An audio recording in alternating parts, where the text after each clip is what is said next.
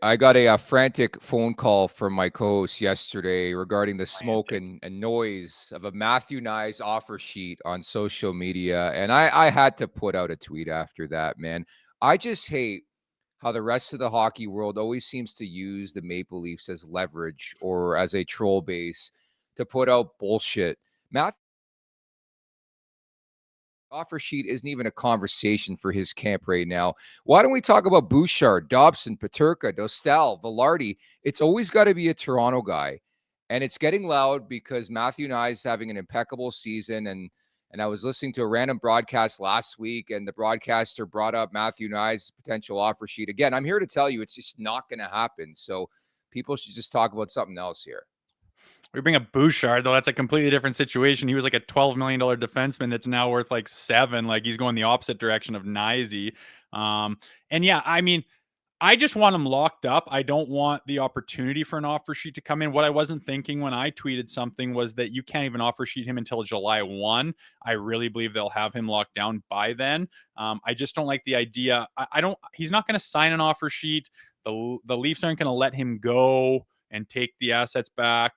I'm not worried about losing Matthew Knies, but when you leave it long enough where you give teams the opportunity to offer sheet him, they're going to shoot the moon on it just to see and maybe handcuff the Leafs a little bit. But then if inevitably when they do sign him, he gets offer sheeted, his value is going to be through the roof. It's not going to be down, it's going to be higher. And if you're in negotiations and he gets offer sheeted, they're going to go, see, pay up. And I just want to get him done and locked down. But he's not dumb. He's smart. He's betting on himself in a way. Maybe he doesn't want to have the distraction of it right now, but I have a feeling that he believes he's going to have a huge playoff run, or at least a huge playoffs personally. And then we'll sign after that, which will probably maximize his value. But like I said, he just keeps getting better every single day, and his value is going up. I'm sure it'll be a bridge deal, and he'll be worth every penny of it. So, yeah, I know what you're saying. Like, don't worry about it, especially because people think like the day the playoffs end, you can get offer sheeted, but you got to wait till July 1. It won't get that far.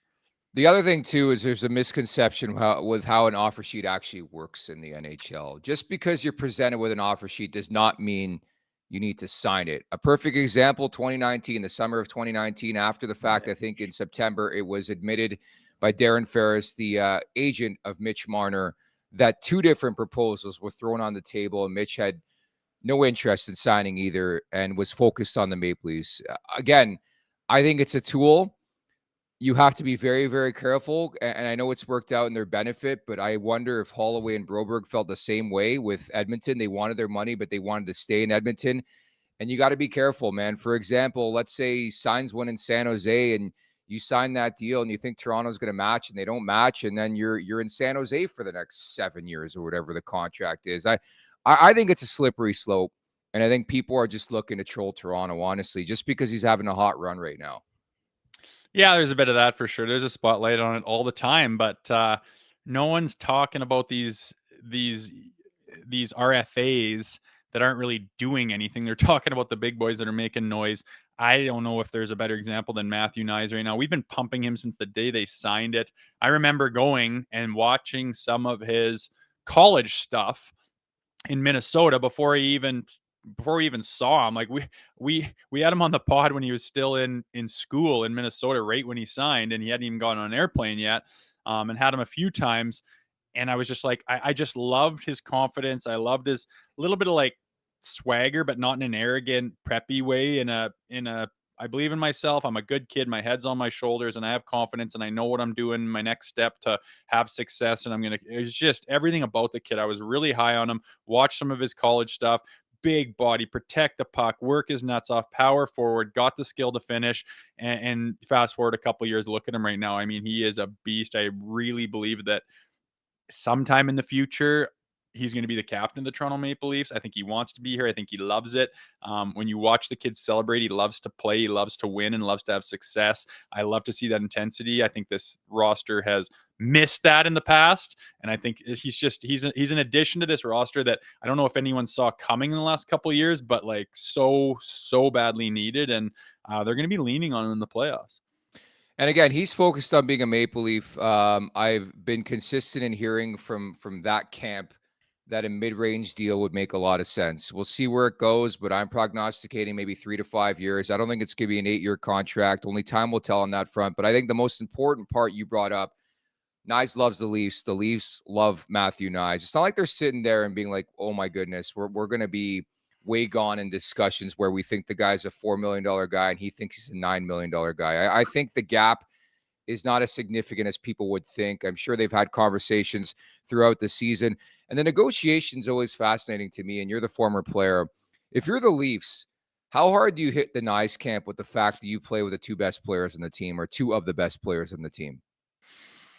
It's, I mean, and I'm not even there when I've done contracts when the GM and my agent are talking, right? So I don't know, how cutthroat they go or how brutally honest they go. I know I've heard about, guys going to arbitration and how unbelievably difficult that is. Like I have no idea why the player is in the room during arbitration. You're not there when you're negotiating your contract. Why are you there during arbitration? Because, you talk to guys and they sit there and it's just a highlight reel of you and your agent shows like all the great things you've done and just leaving out anything negative and just hammering on the positives and just building you up. Your confidence couldn't be higher. And then the team that you play for, your GM says, all right, our turn. And they just belittle you, berate you, show highlight clips of you fucking up. And it's just a teardown session, leaving out anything positive and absolutely glowing the negatives. It's the worst thing in the world, but I don't think it's going to be like that with these guys. I mean, all parties want to be involved. They want to get a thing done. They're going to look at the comparables. The comparables that the agent shows is going to say, or that the GMs are going to show Tree Living is he's going to say, yeah, but he plays with XYZ and he plays with these guys. So we think his comparables maybe around here. It's going to go back and forth, but you don't want to piss anyone off. You don't want to like get further apart. I think everyone knows what his worth is. And it's just going to be like, how much of a bridge deal do you want? Do you want that 6-year deal like you mentioned, or do you want like a 3-year deal where you're betting like on yourself being worth like maybe $9 or $10 million on a 4th year rather than whatever you'd be at with a longer term one. It depends what he wants to do, how much security he wants. I have a feeling he's pretty confident in himself and he'll do what's best for him. And I imagine that the Leafs can live with that.